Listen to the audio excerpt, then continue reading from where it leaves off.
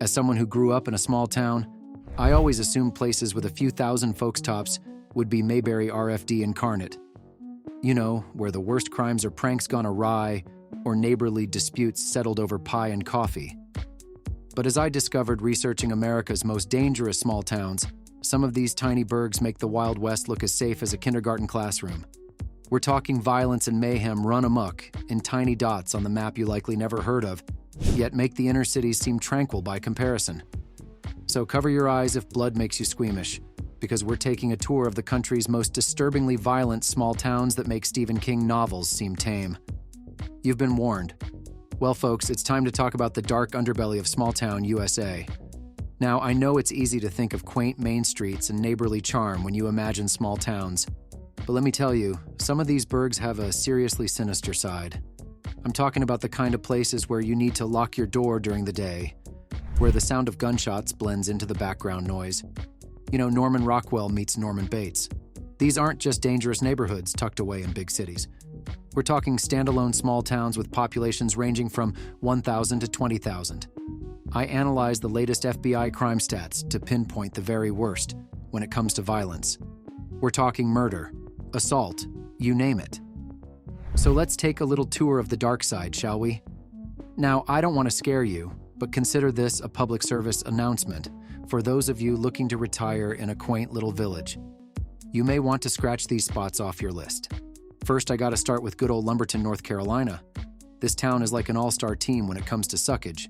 It's on every worst small town list you can find. The things that go down here would turn your hair white. Well, whiter. Then there's Espanola, New Mexico. Let's just say there are safer beaches to storm than this little town. Next up is Doniphan, Missouri. Reports of shootings here are just about every weekend. Not exactly a relaxing Sunday stroll kind of place. And then we come to Kotzebue, Alaska. Nothing says fun like watching tourists stomp on graves while you sip whiskey, right? Well, in Kotzebue, violence and mayhem are always on tap. So there you have it, folks. A little glimpse into the dark side of small-town America. Consider this your warning before you pack up that U-Haul and head off chasing your pastoral dreams. Because in some of these places, nightmares are the reality. Well, folks, it's time for another riveting round of America's most dangerous small towns. I know, contain your excitement. As thrilling as it is to learn about the many ways we can get murdered, robbed, or assaulted while grabbing milk at the corner store, this list has become my creepy claim to fame. You would think that small towns are all charming general stores and neighborly potlucks, but some of these tiny burgs have crime stats that rival the big cities. We're talking aggravated assaults, robberies, even homicides. Now, I'm not trying to scare anyone, but forewarned is forearmed, am I right? So let's look at the 2018 FBI crime stats for small towns with 1,000 to 20,000 fine, upstanding citizens. By upstanding, I mean the ones not currently in prison for violence. The data shows the number of reported violent crimes for every 1,000 residents. And folks, some of these tiny towns are more dangerous per capita than Los Angeles.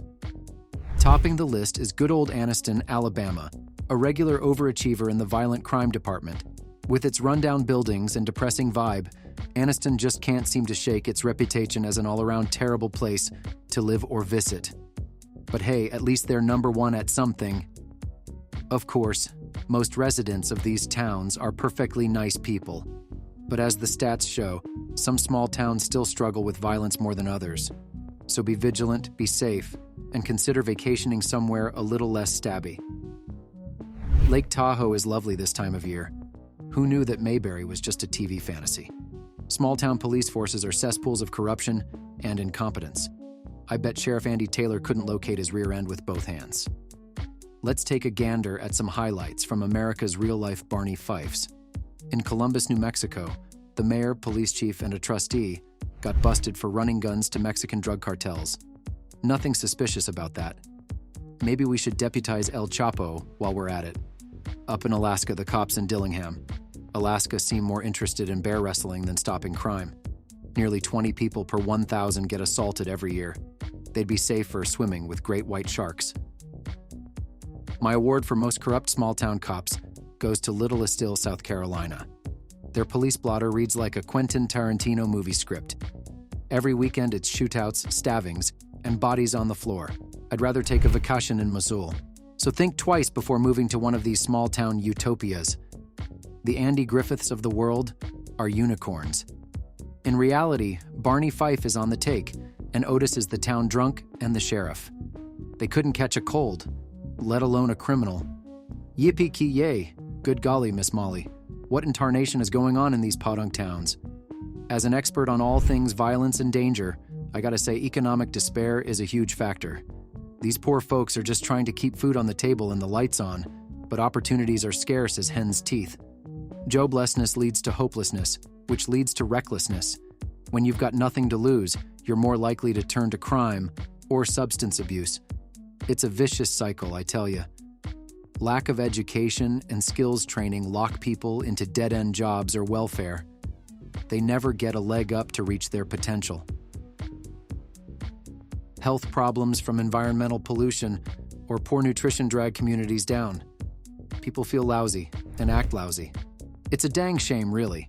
With better schools, training programs, and health services, these towns could thrive again.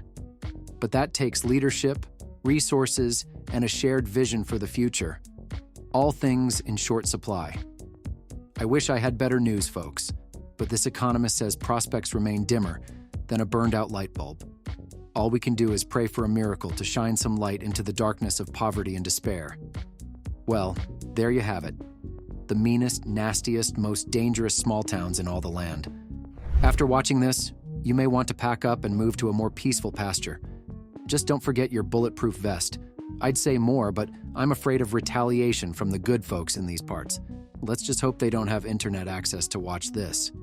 If you're looking for wholesome community and down-home charm, these burgs aren't for you. But if dodging bullets and brawling in the streets is your thing, one of these little slices of heaven may be just what you're looking for. Just don't say I didn't warn you. Now, if you'll excuse me, I need to go into hiding.